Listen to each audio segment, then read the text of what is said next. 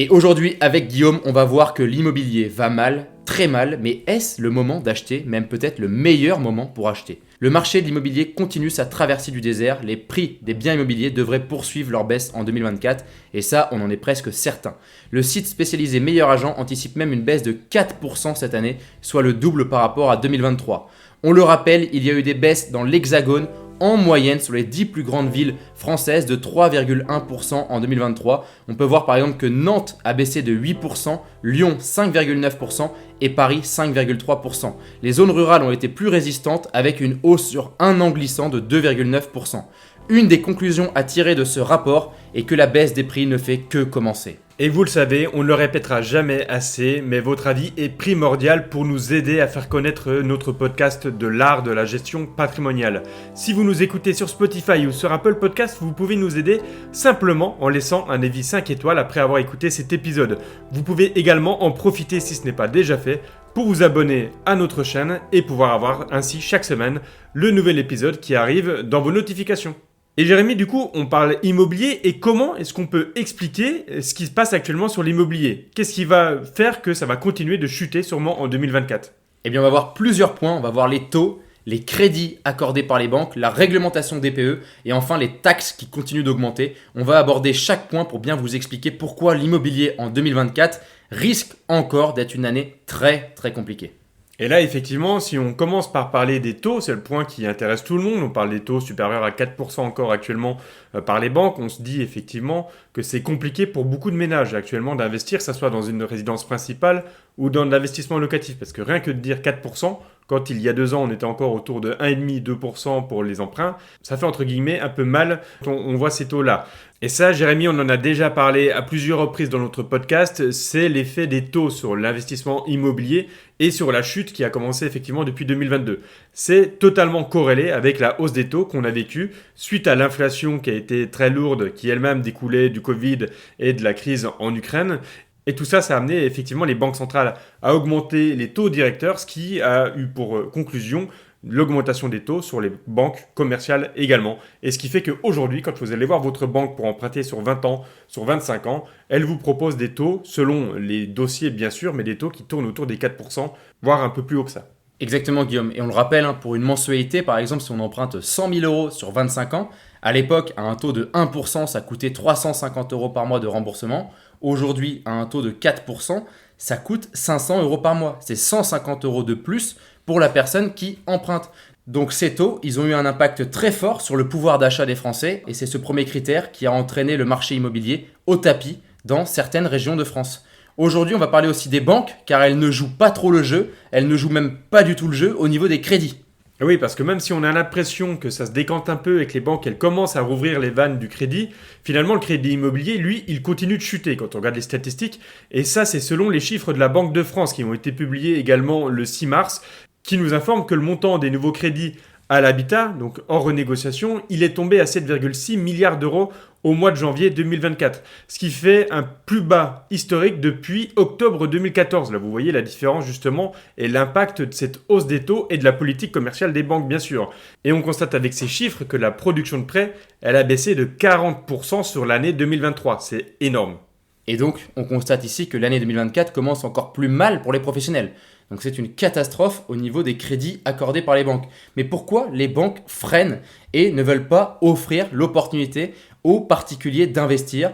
Je pense principalement que cela vient du fait qu'on anticipe une baisse des taux et les banques ont peur de prêter à des taux de refinancement trop élevés avec, elles, de leur côté, des taux d'emprunt trop élevés auprès des banques centrales. Elles n'ont pas une marge suffisante pour ouvrir les vannes de crédit comme il le faudrait actuellement. Oui, exactement. Et en plus de ça, elles ont des règles qui sont de plus en plus strictes sur l'octroi de crédit. Et là, c'est le HCSF qui fixe ces règles, le Haut Conseil à la stabilité financière, et qui interdit aux banques, vous le savez, de prêter plus par exemple que 35% et qui a réduit fortement le nombre de dossiers qui pouvaient sortir de ces conditions. Suite à ça, on peut se dire que s'il y avait que ça, encore peut-être que l'immobilier irait pas trop mal, ou du moins essayerait de sortir son épingle du jeu. Là, actuellement, sachez qu'il y a d'autres points à analyser, comme la réglementation concernant les DPE, les diagnostics de performance énergétique. Et ça, c'est un vrai fiasco pour le moment, ça n'arrête pas de bouger, le gouvernement revient sur ses pas, relance certaines mesures, on est un peu perdu, ce qui fait que l'investisseur se pose plein de questions. Revenons un petit peu sur les dernières mesures qui sont arrivées. Et oui, déjà on rappelle que le DPE, le diagnostic de performance énergétique, c'est quelque chose qui était fait dans le but de renouveler, entre guillemets, le parc immobilier en obligeant, entre guillemets à nouveau, les propriétaires à faire des travaux dans leur logement pour les remettre à niveau énergétique. Et donc on avait des sortes d'interdictions à la location qui allaient être mises en place. En tout cas, c'était dans le plan de départ pour les passoires thermiques, les logements qui étaient classés G ou F. Et petit à petit, ces interdictions de location allaient arriver jusqu'à la lettre E, et donc ça obligeait tout le secteur et tous les propriétaires immobiliers à faire un effort en termes de travaux pour rentrer dans le cadre réglementaire du DPE. Mais il y a eu effectivement des nouvelles choses qui ont été annoncées par le gouvernement. La première, celle qui a eu le plus d'impact médiatique, c'est sur les petites surfaces. Et là, est-ce que tu peux nous expliquer, Jérémy, ce qui s'est passé ? Exactement, pour les surfaces de moins de 40 mètres carrés, ce qui correspond le plus souvent à des locations T1 ou T2, des studios ou des 2 pièces, effectivement, on a une majoration du DPE pour essayer de les faire sortir du DPE G ou du DPE F. Cela peut permettre à 20% des petites surfaces de sortir de ces lettres qui interdisent à la location. On le rappelle, c'est pour ne surtout pas bloquer le marché de la location. Et pourtant, malheureusement, on a l'impression qu'on va arriver à un blocage total du marché de la location, sachant en plus qu'il y a les JO 2024 qui arrivent. Ça va amener une forte demande. Je pense que pour nos pauvres étudiants qui vont vouloir louer sur Paris, cela risque d'être une galère qu'on n'aura jamais connue en France. Et oui, et en plus, on comprend que quand on parle de petites surfaces inférieures à 40 mètres carrés, on parle soit de locataires qui sont étudiants, soit de jeunes actifs qui correspondent au type de locataires qui vont souvent se retrouver dans ce type de logement-là. Et donc le gouvernement, finalement, il essaye de boucher une brèche avec un pansement ici parce qu'il sait qu'il va y avoir des pénuries importantes sur l'offre locative dans les villes françaises et surtout dans les grandes villes. Donc oui, on voit que là, il y a une sorte d'incertitude sur le DPE pour les propriétaires aussi parce que finalement, on ne sait pas trop à quelle sauce on va être mangé. S'il faut faire des travaux aujourd'hui, si on n'a pas besoin parce que finalement on a des petites surfaces en location, etc. C'est un peu flou. Donc l'incertitude, c'est jamais bon quand on est investisseur, on le rappelle. Et ça joue forcément également sur l'humeur des investisseurs immobiliers et sur le marché immobilier en lui-même. Et on rappelle que cette réglementation DPE avait entraîné une prime à la rénovation énergétique qui est en train d'être revue à la baisse. Avec 1 milliard en moins investi pour cette prime, on ne comprend pas trop où va le gouvernement sur l'immobilier. Je pense qu'on tâtonne, qu'on tente ce qu'on peut et qu'on essaye de sauver le secteur sans prendre de grandes mesures. Et c'est un problème, on est sur des demi-mesures. Et aujourd'hui, l'immobilier va souffrir et va continuer à souffrir tant que le gouvernement ne prend pas une mesure très directe et très incitative pour les propriétaires à les aider tout simplement à faire que la réglementation DPE soit plus assouplie. Mais ce n'est pas forcément la bonne solution car les locataires seront ceux qui vont perdre dans cette loi parce qu'on pourrait avoir des logements qui soient moins énergivores. Donc c'est plutôt peut-être une politique à essayer d'apporter de la réglementation afin que les DPE soient meilleurs et que le propriétaire puisse les faire financièrement. C'est ça la question, c'est qu'on peut se permettre de faire les travaux à partir du moment où on a une aide ou qu'on est accompagné. Une interdiction globale pourrait bloquer le marché et c'est ça qui fait peur aujourd'hui au secteur et c'est donc ça qui fait peur aux investisseurs qui se tournent non plus vers ce type de logement et donc ce type de logement connaît des baisses drastiques dans certaines régions. On voit à Paris des baisses sur le DPE F ou G de moins 15 à moins 25%. Et en plus de ça, Jérémy, là on va aborder un autre sujet sur l'immobilier qui peut faire fulminer les propriétaires immobiliers qui nous écoutent parce qu'ils peuvent voir le prix de leur bien immobilier à la baisse. Par contre, les taxes qui vont avec un investissement immobilier locatif ou un investissement immobilier tout court, elles continuent d'augmenter, que ce soit la taxe foncière, que ce soit l'imposition sur les revenus qui sont issus de vos locations, parce qu'il y a eu aussi des réglementations qui ont changé. On parle par exemple de la location meublée non professionnelle touristique, où il y a des choses qui ont été ajustées par la dernière loi de finances. Tout ça, ça n'aide pas non plus pour avoir une certaine sérénité quand on est investisseur locatif immobilier. Et oui, on l'a vu, la taxe foncière sur Paris a augmenté et a bondi de plus de 50%. Dans d'autres villes, c'était la taxe foncière qui a augmenté de la moyenne générale, c'est-à-dire de 7%. L'année prochaine, la taxe foncière va augmenter au minimum de 3,9% dans toutes les villes de France. C'est important de le noter, c'est-à-dire que les taxes augmentent et la taxe d'habitation qui permettait un partage entre le locataire et le propriétaire n'existe plus. Donc c'est le propriétaire qui prend à son compte cette taxe foncière et on le voit, les communes augmentent la taxe foncière pour réduire l'écart qu'il y avait avec la taxe d'habitation qui a été supprimée. Aujourd'hui, on a fait un peu le tableau noir de l'immobilier, mais du coup, il y a forcément des opportunités. Et est-ce le meilleur moment pour acheter, Guillaume ? Je pense que là, tous les auditeurs qui sont encore avec nous veulent avoir notre réponse. Est-ce qu'aujourd'hui, il faut acheter ou est-ce qu'il faut encore attendre ?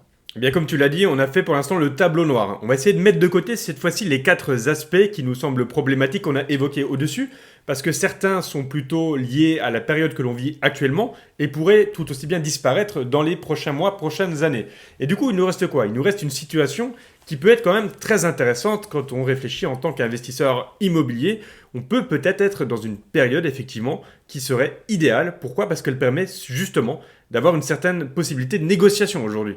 Et oui, Guillaume, parce que j'ai envie de te dire que les acheteurs sont devenus rois et les vendeurs sont devenus dépendants du nombre d'acheteurs qui s'est fortement diminué. Donc les vendeurs ne sont plus rois aujourd'hui dans n'importe quelle région de France. Effectivement, on voyait en 2020-2021, on devait batailler avec d'autres investisseurs et donc on avait un moindre pouvoir de négociation parce que quelqu'un d'autre pouvait tout aussi bien avoir un dossier intéressant auprès de la banque et emprunter et aller voir les propriétaires pour acheter le même bien que nous. Aujourd'hui, on l'a vu, les dossiers qui sont acceptés au niveau de la banque sont de moins en moins nombreux. On a déjà beaucoup de propriétaires et de potentiels investisseurs qui ne veulent pas investir parce qu'ils trouvent que les taux sont trop élevés. Ça fait qu'il y a moins de concurrence finalement quand on est un investisseur. Et si on a les reins assez solides, soit pour aller voir la banque, soit pour utiliser une partie plus importante de cash pour investir, ce qu'on ne vous conseille pas, mais ça vous l'avez déjà entendu dans d'autres épisodes, eh bien vous avez un peu les mains libres face aux propriétaires pour négocier le prix d'acquisition. Exactement, si vous pouvez lever de la dette et que vous avez un apport conséquent, alors la négociation sur le prix d'achat risque d'être rude, car vous n'êtes pas nombreux pour négocier aujourd'hui et vous n'êtes pas nombreux à être acheteurs. Bien sûr, vous devez regarder plusieurs points. Une fois que vous avez enlevé les 2 premières hypothèses qui sont la force à avoir un crédit de votre côté et la capacité à apporter de l'argent et donc à ne pas faire que de lever de la dette, vous allez devoir regarder donc le DPE. Et si vous choisissez un bon DPE ou que vous souhaitez prendre un DPE F ou G et l'optimiser par des travaux, alors vous allez réduire votre fiscalité et pouvoir encore plus négocier. Donc si vous y connaissez un petit peu en travaux et qu'en plus de ça, vous avez la capacité à emprunter et que vous avez un apport, c'est-à-dire qu'il faut quand même réunir plusieurs conditions, vous avez une force pour négocier qui est incroyable. Et j'ai envie de dire, vous êtes dans une situation du coup idéale par rapport aux vendeurs. Et derrière ça, vous pouvez bien sûr conserver les règles d'investissement pour tout investisseur immobilier. Déjà, on parle toujours de l'emplacement, l'emplacement et l'emplacement. Et cet emplacement, et selon la région et la ville dans laquelle vous allez investir, ça va faire fluctuer les taxes. La taxe foncière, elle va être différente selon la ville où vous investissez. C'est également bien sûr quelque chose qui doit être analysé. Et vous devez avoir vraiment bien compris où est-ce que vous allez investir, quelles sont les forces et les désavantages de la ville sur laquelle vous allez investir pour faire l'investissement idéal en tant qu'investisseur immobilier. Alors oui, si vous n'êtes pas concerné par toutes ces problématiques, vous avez sûrement un boulevard devant vous pour réaliser l'opportunité du siècle. Et c'est réellement ça, c'est-à-dire que l'immobilier, ça fait plusieurs années que ça monte. Aujourd'hui, c'est le contraire, ça baisse. Et si vous faites partie des seuls acheteurs qui peuvent encore acheter, alors vous avez la chance de pouvoir négocier fortement le prix d'achat et de renégocier votre dette par la suite si les taux d'emprunt baissent dans le futur. D'ailleurs, si vous souhaitez réaliser un investissement locatif, n'oubliez pas qu'il faut emprunter, car c'est essentiel de lever de la dette pour augmenter la rentabilité de votre investissement et réduire votre fiscalité. Donc oui, vous avez une opportunité en or, vous pouvez la saisir si vous faites partie de ces acheteurs. Allez, pour conclure cet épisode, on vous rappelle qu'actuellement, on est sur un marché immobilier qui est vacillant. Vacillant depuis l'augmentation des taux, parce que les banques centrales ont augmenté les taux pour lutter contre l'inflation, et parce qu'aujourd'hui, pour emprunter, ça coûte plus cher, il faut donc avoir les reins plus solides. On l'a dit, si vous êtes parmi les ménages qui ont du cash et qui ont une capacité d'emprunt aujourd'hui qui plaît aux banques, vous allez pouvoir vous démarquer et aller en face à face avec les propriétaires pour négocier des biens avec beaucoup moins de concurrence, ce qui vous permettra d'avoir une force de frappe beaucoup plus forte et donc pourquoi pas de faire des belles affaires. Donc oui, il y a beaucoup de points négatifs actuellement sur le marché immobilier, mais il y a également beaucoup de points d'espérance pour les potentiels investisseurs qui veulent faire de bonnes affaires et qui ont effectivement un objectif de progression de leur patrimoine sur le long terme. Et quand on parle d'investissement immobilier, on parie sur le long terme et sur l'évolution du prix de l'immobilier sur le long terme et sur la qualité, encore une fois, de l'emplacement sur lequel vous allez investir. Alors si vous avez apprécié notre contenu et que vous avez apprécié encore une fois notre podcast, n'hésitez pas à nous mettre 5 étoiles sur Spotify ou Apple Podcast. Cela peut nous aider grandement à avoir plus de visibilité et donc à continuer à vous offrir un contenu de qualité. Et pour aller plus loin, vous pouvez écouter notre épisode numéro 57, l'immobilier locatif est ultra rentable grâce à une passoire thermique.